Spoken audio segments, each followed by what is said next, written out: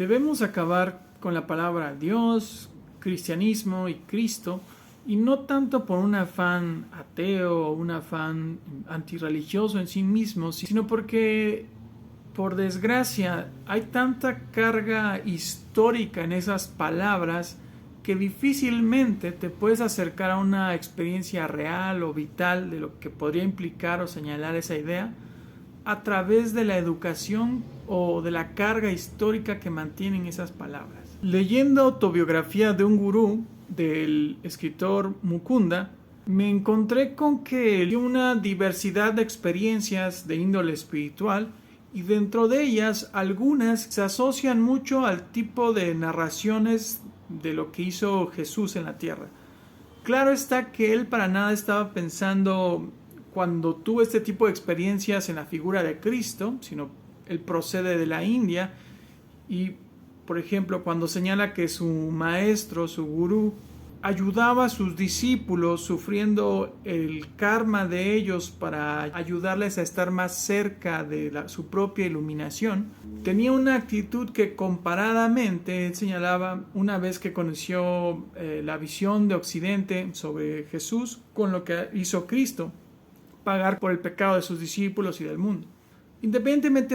de que uno crea que esto es cierto o no, que es un absurdo o no, al final para él representa algo significativo porque es producto de su experiencia vital y no de un concepto de constructos tomados de la educación. Paradójicamente, si él hubiera educado en el cristianismo, que debía tomar el cristianismo, jamás hubiera tenido estas experiencias entre comillas crísticas. O cuando, por ejemplo, en uno de los capítulos de Midnight Gospel, un hombre viaja a la India y en la India conoce a un gurú que le dice medita como Cristo, que cuando estaba en la cruz sufriendo solamente pensaba en el amor, solamente amaba y decía solo el amor me sostiene. Lo que quiero decir es que toda filosofía y toda creencia espiritual nace en un contexto determinado y responde a necesidades psicológicas determinadas. El problema está en que gran parte de la educación que nos dan y la forma en la cual absorbemos esa educación nos alejan de la experiencia vital de una gran parte de cosas que a lo mejor podríamos experimentar, pero que paradójicamente, por habernos educado a pensar que conocemos de lo que va eso, jamás lo experimentamos. Y esto sucede en gran parte porque hay una falacia que se disemina muy fácilmente en la población y es que consiste en creer que porque se nombra algo, inmediatamente se conoce eso nombrado. Hoy en día se usa mucho para descalificar personas, como decir es de izquierda o es de derecha o es feminista o es antifeminista o es comunista o es socialista. Viendo que al nombrar eso, se comprende sin a lo mejor haber leído nada al respecto el concepto. Esa falacia muy diseminada por la sociedad, además se ve reforzado por otro malentendido muy común, que es creer que la comprensión de una idea es suficiente para sustituir la experiencia vital. Alguien que tenga muy definido y muy claro abstractamente el concepto de orgasmo, jamás vamos a decir que realmente entiende lo que implica esto si no lo ha experimentado. Y ese es el problema de la gran educación católica, cristiana o de cualquier índole o de cualquier religión o de cualquier ideología que se disemine en la sociedad.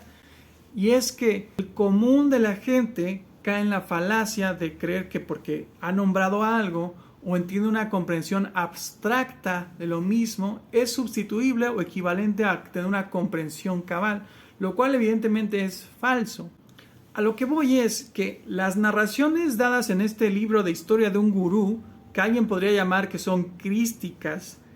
jamás hubiera podido acercarse a esas experiencias si lo hubieran educado en el cristianismo, probablemente. Es decir, que tuvo estas experiencias crísticas justamente porque no estuvo en contacto con eso. Es una experiencia vital. Por eso mi propuesta, absurda en algún punto de acabar con la palabra Dios, Cristo, cristianismo, y en realidad en lugar dirá que con cualquier palabra cargada históricamente de significados que aglutinados quitan paradójicamente verdadera comprensión y experienciación de la idea señalada. Y al acabar con esas ideas, si alguien por algún azar del destino de la vida llega a experimentar algo que alguien podría decir crístico, lo hará, pero no le llamará Cristo, cristianismo, Dios, sino le llamará experiencia de vida. Lo que quiero decir es que la única forma de experimentar a Dios, si es posible para alguien, es no nombrándolo. Mi intención con esto no es que alguien crea más o no crea más en Dios, cada quien creerá o no según las variables de sus condiciones de vida. Mi intención es evitar que alguien confunda el concepto con la vida. Y por educación, muchas personas que llevan el cristianismo, paradójicamente, al confundir el concepto con la vida, jamás quizás habrán experimentado el origen genuino y auténtico que para alguna serie de humanos representó eso o representa. Es decir, que paradójicamente el confundir el concepto y las abstracciones con la vida hace que muchas personas, en este ejemplo cristianas, jamás hayan experimentado paradójicamente el cristianismo, y que otras que jamás van a llamarse cristianas ni lo serán de nombre ni de otra cosa, lo hayan experimentado verdaderamente.